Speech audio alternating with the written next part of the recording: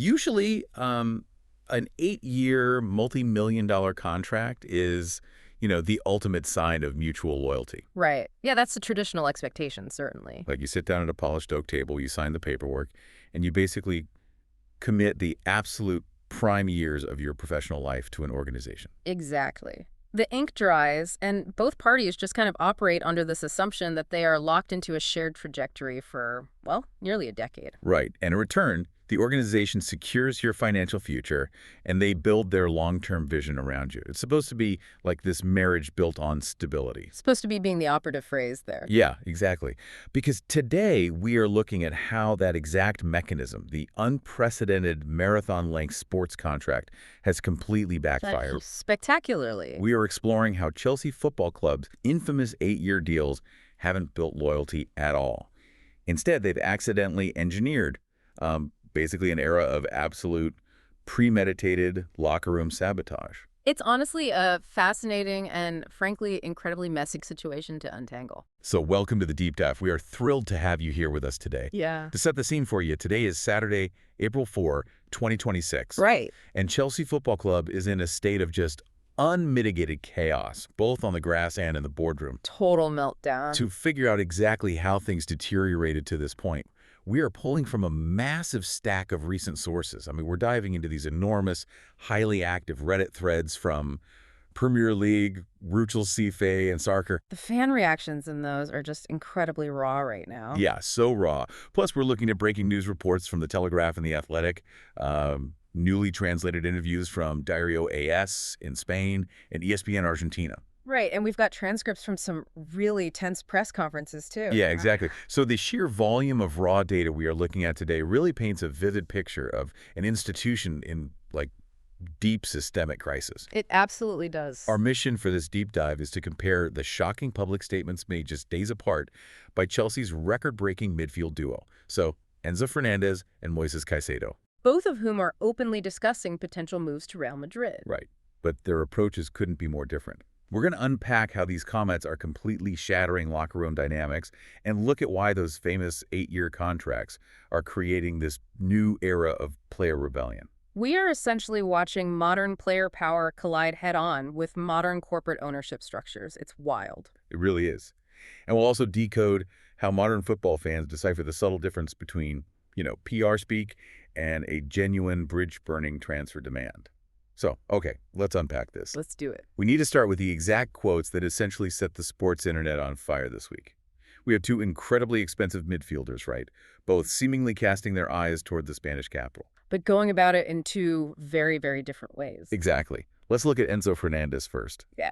Because, wow. Yeah, when you read the transcript of Enzo's interview with ESPN Argentina, the directness is just jarring. I mean, he leaves absolutely zero room for misinterpretation. It is explosive. In this new interview, Enzo flat out says, and I'm quoting the translation here, "I always tell my wife that if I could choose a city to live in, it would be Madrid." He actually brought his wife into it. He did. He says, "I love Madrid. It's similar to Buenos Aires." And then he goes out of his way to actively name-drop Real Madrid legends. Right. The Kroos and Modric mentions? Yeah. He says, "A player I focused on, Toni Kroos. We play in the same position, and we played each other. Luka Modric as well." And then we get the real kicker. Oh, boy. He literally looks at the camera and says, "Players live where they want. I'd live in Madrid." That final sentence is it's the linchpin of the entire statement. Players live where they want. It's so bold. It is. He is establishing this philosophy of absolute player autonomy. He isn't just saying, he likes the architecture in Spain. He's launching a premeditated, highly aggressive campaign here. Right, consider the strategic elements he used. Exactly. He mentions his family, framing the desire as this deeply personal lifestyle choice that transcends football. He flatters the legendary players of the specific club he wants to join. And issues that thinly veiled ultimatum about player agency. Yeah.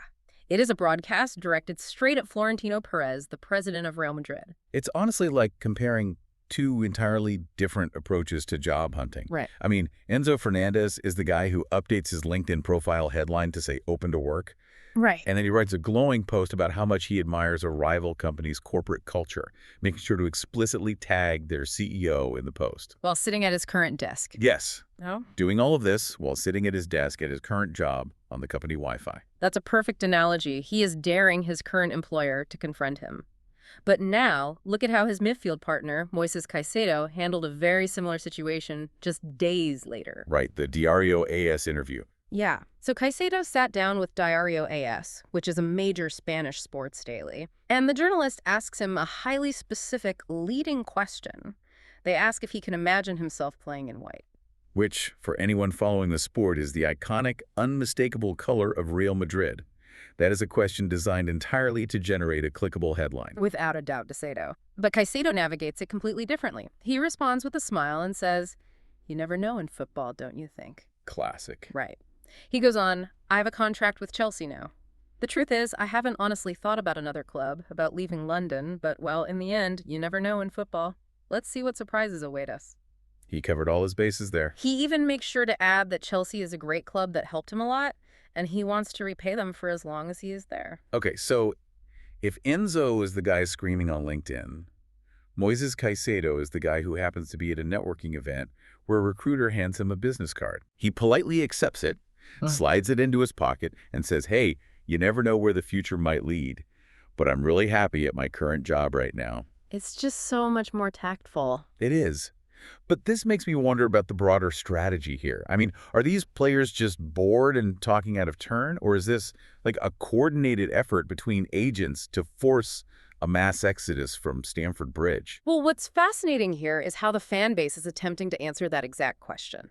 Modern football supporters have essentially become amateur public relations analysts. Oh, absolutely. They analyze every syllable. They do. They don't just read the quote on a screen. They actively dissect the context, the venue, and the phrasing.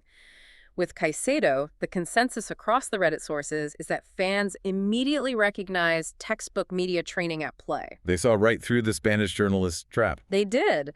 The fans on Archel Cefic pointed out that reporters know exactly what they are doing when they ask a prominent South American player about, quote, playing in white. It places the player in such a difficult position. Right, because if the player says, "No, I would never play for Real Madrid," they risk insulting one of the biggest sporting institutions on the planet, alienating a massive fan base. And if they say yes, they blatantly disrespect their current employers. Exactly. So fans heavily defended Caicedo. They noted that saying "you never know in football" is the standard polite non-answer. It's the ultimate diffusal tactic, right? You acknowledge the unpredictable nature of the universe without actually making a commitment. Furthermore, he actively grounds his answer in his current reality. He explicitly states he hasn't thought about leaving London and wants to repay Chelsea's faith in him. And that plays so well with the fans. It really does. One Reddit user captured the sentiment perfectly, joking that Caicedo's response was just the professional way of saying to Real Madrid that he's interested, without causing a scene. I saw another user who posted a satirical quote. They were imagining a terrible player saying, "Tough to say no to the best club in the world. That's football in it." Right, just to highlight how utterly generic and expected Caicedo's answer truly was. It preserves optionality without burning bridges. But when those same fans turn their analytical skills onto Enzo Fernandez, they see something entirely different. Night and day. Yeah, they see zero media training and 100% raw, unfiltered intent to exit. And what I found really compelling in our sources is that the fans immediately started bringing up Enzo's history. Oh, the Benfica saga. Yes. They're connecting his current comments directly to his past behavior. Context is everything in these situations. To understand the fan fury, you really have to look at how Enzo Fernandez actually became a Chelsea player back in early 2023. Right. Because I didn't just quietly wait for the two clubs to reach an amicable agreement. Wait, what exactly did he do? Because I remember the transfer being this massive drawn-out saga with a record-breaking fee on deadline day, but I honestly didn't realize there was internal sabotage involved. Oh, he essentially went rogue. While he was playing for Benfica in Portugal, Chelsea submitted their initial bids, which were rejected. In response, Enzo skipped mandatory training sessions. He then flew back to Argentina without the club's authorization, right in the middle of the Portuguese domestic season, just to force the transfer through. Are you kidding? No. He made his position at Benfica entirely untenable, so they would have no choice but to sell him to Chelsea. So he essentially went on an unsanctioned strike to force his employer's hand. That is a very accurate description of his actions, and the fans on the Chelsea subreddit are pointing this out aggressively. I can imagine. One highly upvoted comment noted that Enzo totally messed up Benfica for no reason, while they were having a fantastic season and were deep into the knockout stages of the Champions League. Wow. The fan literally wrote, "Dude has zero loyalty." That drastically changes how you view his current statements. I mean, when No. he starts talking about how Madrid reminds him of Buenos Aires, fans aren't seeing a harmless interview. No, they are seeing a player opening up his old Benfica playbook. Exactly. He is running the exact same play, just wearing a different colored shirt. Yeah. One fan posted that Enzo is being so blatant he might as well wink at the camera. It shifts the interpretation from, accidental clumsiness to a deliberate strategy of alienation. But this leads us to a really critical question. Yeah. Why is this happening now? Like, why this specific week in April 2026? Timing is everything. Because the sources show it's not just Enzo and Caicedo. Marc Cucurella, Chelsea's left back, also just dropped a bombshell, telling the Spanish press that if an offer from Barcelona arose, it would be hard to turn it down. Yep, the trifecta. Right. When you have three high-profile players dropping exit hints in the exact same news cycle, that's not a coincidence. That is a symptom of a much larger disease. The timing is intrinsically linked to deep systemic instability at the club, and that traces directly back to the ownership group, Blueco and Clear Lake Capital. The environment there is just toxic right now. Yeah. The environmental context for these interviews is critical to understanding the players' motivations. Because just recently, Chelsea sacked their manager, Enzo Maresca, right in the middle of the season. And Maresca was brought in to be the visionary for a massive multi-year rebuild. Sacking him mid-season sends a message that the long-term plan has already been shredded. Exactly. It creates a vacuum of leadership and a profound loss of faith in the overall project. The ownership has now brought in Rosenior to take over, but the team is suffering a dramatic slump. Yeah, the sources indicate they have lost 4 successive games recently. Brutal games, too. We are talking about a painful Champions League defeat to Paris Saint-Germain, followed by demoralizing domestic losses to Newcastle and Everton. Right, so the players are looking around the dressing room, looking at the turnover in the manager's office, and realizing that the stability they were promised simply does not exist. It's all an illusion. One fan on Reddit perfectly summarized the mood, stating that the Chelsea project, quote, exists only on spreadsheets. The actual football is just a distraction from their real goals. Oof. But let me push back on the players' methodology here, though. If they are unhappy with the manager getting sacked, or they are frustrated by losing 4 games in a row, why not handle it internally? Yeah. Like, why not walk into the sporting director's office, hand in a formal transfer request, and handle the business behind closed doors like players historically used to do? Why air all of this dirty laundry in the Spanish media? Because the traditional avenues for requesting a transfer have been completely neutralized by the contracts they signed. Wait, really? Yeah. This is where we have to talk deeply about the concept of golden handcuffs. Under this specific ownership, Chelsea initiated a radical strategy in the transfer market. They began signing players to incredibly long contract deals we had never really seen before in European football. Right, the infamous 8-year deals. Enzo Fernandez and Moises Caicedo are both locked into massive 8-year contracts that stretch all the way into 2031 and 2032. 8 years in professional sports is an absolute eternity. I mean, a player's entire physical prime can begin and end within that window. Why would the club offer that, and why would the players sign it? The club did it to manipulate accounting rules. It all comes down to a financial concept called amortization, which is utilized to comply with the Premier League's profitability and sustainability rules, or PSR. The financial fair play stuff. Exactly. When a club buys a player for, say, $100 million on a traditional 5-year contract, that transfer fee is recorded on the club's yearly balance sheet as $20 million per year. So they spread the pain of the purchase over the life of the contract. Correct. But Chelsea realized that if they sign a player to an 8-year contract, that same $100 million fee is recorded as only $12.5 million per year. Oh, wow. So it's an accounting loophole. By stretching the contracts out, they artificially lowered their annual expenses on paper, which allowed them to spend vastly more money on acquiring dozens of players without immediately breaking the financial fair play limits. And for the players. For the players, the appeal was simple: guaranteed generational wealth for almost a decade, regardless of injuries or dips in form. Okay, so what does this all mean when the relationship inevitably sours? It means the player is completely trapped. In a normal scenario, if a player has 2 years left on their deal and they want to leave, they have leverage. Right. They can quietly tell the club, I will not sign a contract extension. You either sell me now and recoup a transfer fee, or you keep me and I leave for free in 24 months. Because the club is economically incentivized to sell at that point. Precisely. But if you have 6 or 7 years left on your deal, the club holds absolutely all the cards. The player has no threat of leaving for free anytime soon. The club can simply say, no, we aren't selling you. See you at training tomorrow. Meaning the formal transfer request is effectively a useless piece of paper. Completely useless. Therefore, the only weapon these players have left in their arsenal to force a move is the media. Oh, I see. They have to make their position at the current club completely, overwhelmingly untenable in the public eye. They have to become such a toxic presence that the club decides keeping them is more damaging than selling them. That is wild. One Reddit user astutely pointed this out in our sources, noting, these long contracts will make the players do some outrageous shit in the media to force a move, otherwise they have zero leverage. So an 8-year contract, which was designed by these private equity venture capitalists to protect the club's financial assets and outsmart the accounting rules, has actually completely backfired. Absolutely. Because the unintended consequence is that it forces your most valuable assets to become disruptive tabloid fodder just to get a change of scenery. That is the tragic irony of the situation. By attempting to mathematically hack the financial system, the ownership inadvertently created a structural incentive for locker room sabotage. That is just incredible. When you remove a player's professional leverage, they will resort to unprofessional leverage. And this media disruption isn't just a headache for the PR department or, an annoyance for fans scrolling Reddit.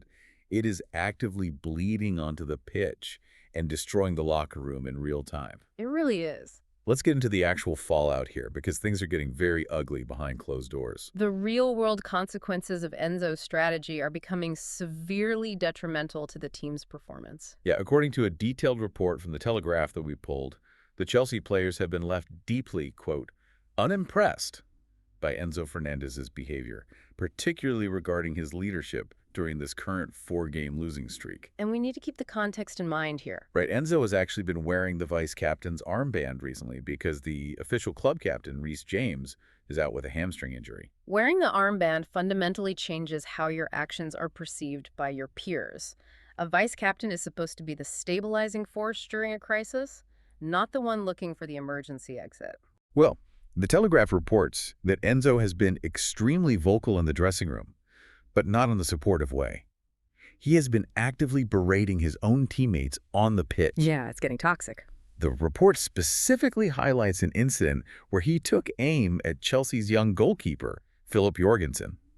Enzo apparently screamed at Jorgensen in front of everyone after the goalkeeper made a crucial mistake that cost the team a goal in the Champions League defeat to Paris Saint-Germain. Screaming at a young goalkeeper after a mistake is widely considered poor leadership in any footballing context. Especially on that stage. Right. Goalkeepers operate under immense psychological pressure, and a captain's role is usually to shield them, not publicly humiliate them. But when you combine that behavior with Enzo's media interviews, the hypocrisy becomes too much for the locker room to bear. I can imagine the teammates sitting there thinking, you can't demand ultimate focus from us, scream at a young kid for a mistake, and then go to the Argentine press and essentially twerk for Real Madrid. Exactly. You can't be the enforcer of standards while actively trying to abandon the team. The dissonance is staggering, and the fans are rapidly picking up on this bitter irony as well. Historically, Enzo Fernandez has made a huge performative show of loyalty on the pitch. Oh, right. The altercations. Yeah, the sources recall instances where Enzo would square up and get into physical altercations with former Chelsea players like Mason Mount or Kai Havertz when they played against Chelsea after leaving for rival clubs. He positioned himself as the ultimate defender of the Chelsea badge, the guy who fights the traitors. And now, just a short time later, he's the one loudly broadcasting his desire to leave for a bigger club. It completely evaporates his credibility. It undermines his authority entirely. He has alienated his peers. And the newly appointed manager, Rosenior, recognized this fractured dynamic immediately. He knew he had to intervene. And Rosenior didn't just quietly pull him aside. He dropped the hammer in front of the world. He took incredibly decisive action. Rosenior held a press conference and announced that Enzo Fernandez was officially suspended for 2 matches. And we aren't talking about minor games either. No. He was suspended for an FA Cup tie against Port Vale, and crucially, a massive Premier League clash against Manchester City. Rosenior publicly stated that a line was crossed and described Enzo's media interviews as deeply disappointing. He made a very firm declaration stating, "As a football club, we've made a decision." That is such a delicate, high-wire balancing act for Liam Rosenior to attempt. Think about his position.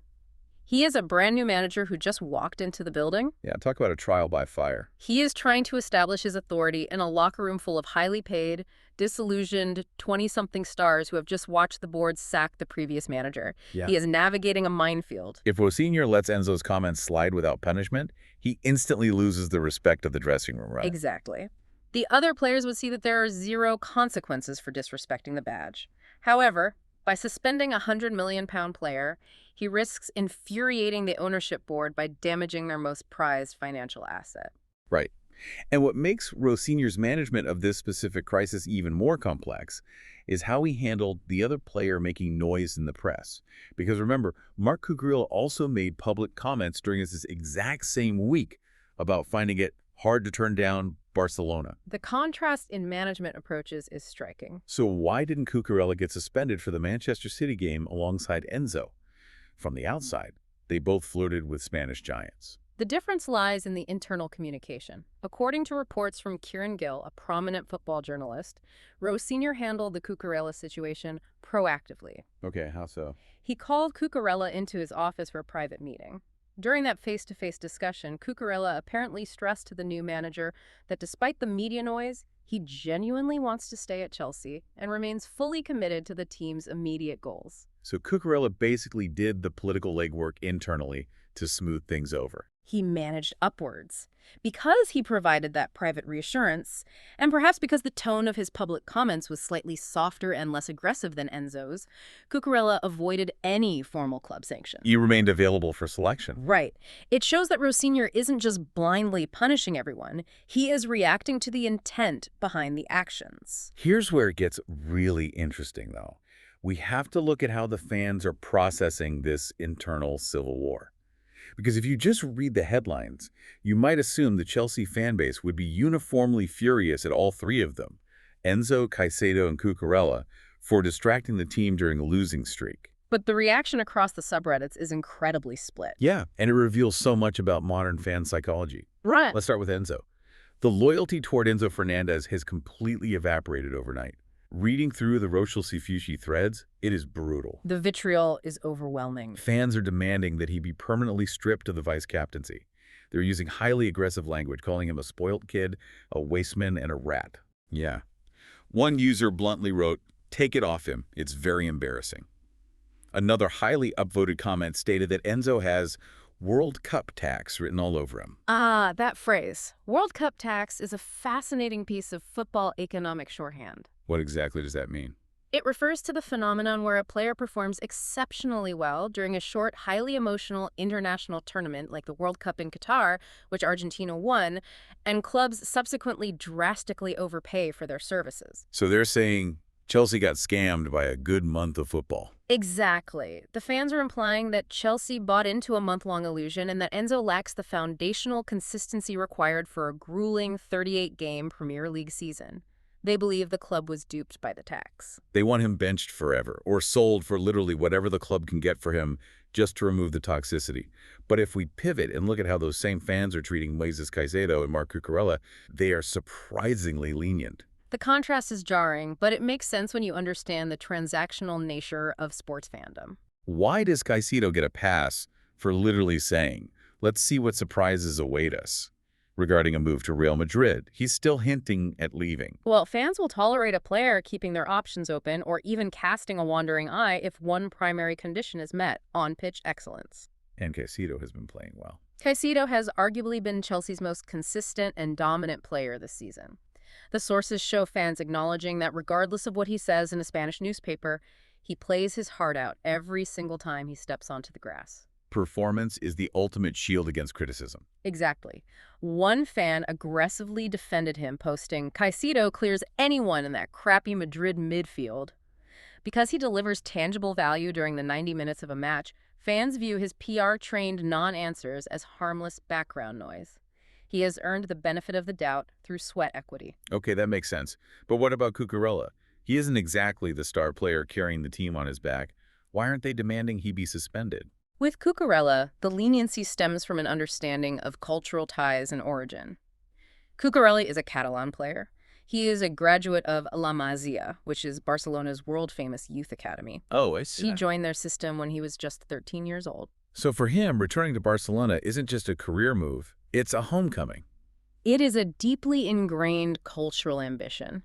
To graduate from La Masia but never quite establish yourself in the Barcelona first team leaves a lingering sense of unfinished business. That adds a lot of context. A Chelsea fan pointed this out in the Reddit threads, stating, "It's literally every Catalan's dream to play for Barca. I don't know why everyone is so surprised." The fans accept that pulling on the Barcelona shirt is a childhood dream tied to his regional identity. They view it as a natural human ambition rather than a malicious betrayal of Chelsea. That makes total sense. Yeah. But Enzo Fernandez has absolutely zero ties to Real Madrid. None whatsoever. He is from Argentina, he played for River Plate, and then Benfica. Yeah. He has no cultural connection to the city of Madrid or the club. Furthermore, he has been heavily underperforming compared to his astronomical price tag, and he has been actively berating his own teammates while demanding a move. That specific combination, poor on-pitch performance, toxic locker room leadership, and baseless entitlement, is the exact formula required to turn a fan base utterly vicious. But I want to push back on the fans' reaction here, or let's play devil's advocate. By focusing all of this intense rage on a 25-year-old midfielder, are the fans letting the billionaire owners entirely off the hook? It's a valid question. Because while a lot of fans are attacking Enzo, there's a massive counter-narrative in these subreddits pushing the hashtag #BlueCoOut. The fan base is definitely wrestling with where to assign the ultimate blame. There are fans actively defending the player's desire to leave the club.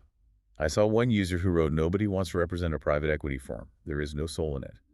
Another fan noted, "You can't expect elite players to waste their prime years in a mid-table unstable project." To understand that sentiment, you have to look at the transition from Chelsea's previous owner, Roman Abramovich, to the current BlueCo consortium led by Clearlake Capital. How so? Abramovich operated almost like a traditional sugar daddy owner.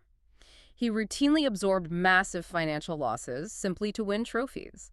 Clearlake is a private equity firm. Their fundamental legal obligation is to generate a return on investment for their shareholders. And the fans can feel that difference. Fans feel this shift acutely.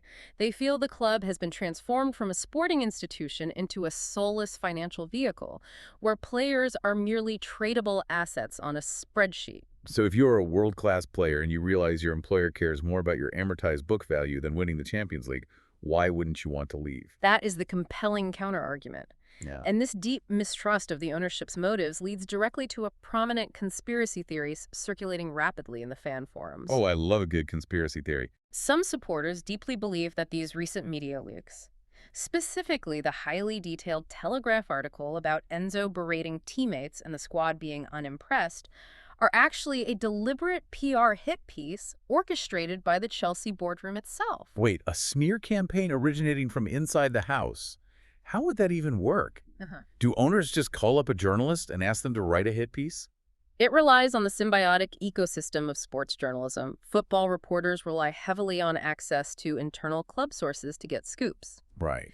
The conspiracy theory suggests that the Chelsea ownership realizes they made a massive mistake buying Enzo, and they know they desperately need to sell him to balance the books. However, they also know that because of his poor form, they will have to accept a massive financial loss, perhaps selling him for half of what they paid. Which would normally cause the fans to riot, accusing the board of gross financial incompetence. Precisely. So to preempt that fan backlash, the board intentionally feeds trusted reporters an exclusive inside scoop about Enzo's locker room toxicity. The article gets published, the fans read about Enzo screaming at a young goalkeeper, and the fan base turns on the player. Suddenly, when the club sells him at a massive loss a few months later, the board isn't viewed as the villain for losing $50 million. They are viewed as the decisive heroes who excised a cancerous element from the dressing room. Exactly. As one cynical fan posted on Reddit, BlueCo Marketing and Communications Department quickly jumps into action. More planted stories coming soon. That is incredibly Machiavellian. It treats the sports news cycle like an active, corporate warfare battlefield. It really does. But if we connect this to the bigger picture and look at the actual mechanics of the transfer market, will a transfer actually happen? Like, let's say Enzo wants out and the board secretly wants him out to cut their financial losses. Does Real Madrid actually want to buy him? Or Moises Caicedo, for that matter? The realities of the transfer market present a massive hurdle for everyone involved.